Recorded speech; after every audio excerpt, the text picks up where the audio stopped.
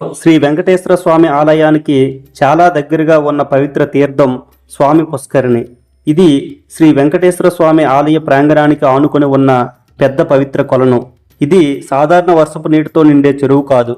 పురాణాల ప్రకారం వైకుంఠంలో మహావిష్ణువు సమీపంలో ఉన్న దివ్య సరస్సును గరుత్మంతుడి భూమికి తీసుకొచ్చి వెంకటాద్రి కొండపై ప్రతిష్ఠించాడని నమ్మకం. మహావిష్ణువు యొక్క వాహనం గరుడు.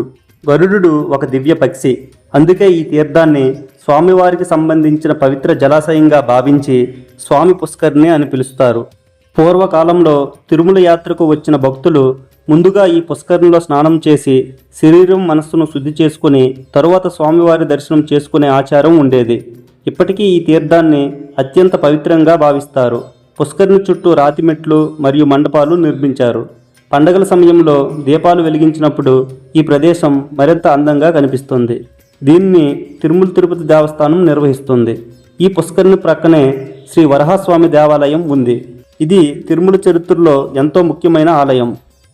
హిరణ్యాక్షుడు అనే రాక్షసుడు భూమిని సముద్రంలో దాచినప్పుడు మహావిష్ణువు వరహ అవతారంలో సముద్రంలోకి దిగి భూమిని తన దంతాలతో పైకి ఎత్తి రక్షించాడు. అందుకే ఆయనను భూవరహాస్వామి అని పిలుస్తారు.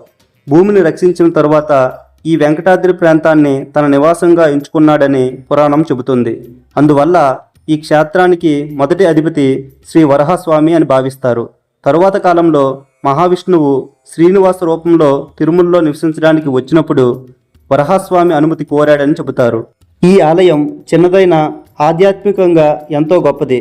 గర్భగుడిలో వరహాస్వామి విగ్రహం ఉంటుంది. ప్రతిరోజు పూజలు నైవేద్యాలు జరుగుతాయి. అందుకే తిరుమల యాత్రలో ఈ ఆలయానికి ప్రత్యేక గుర్తింపు ఉంది.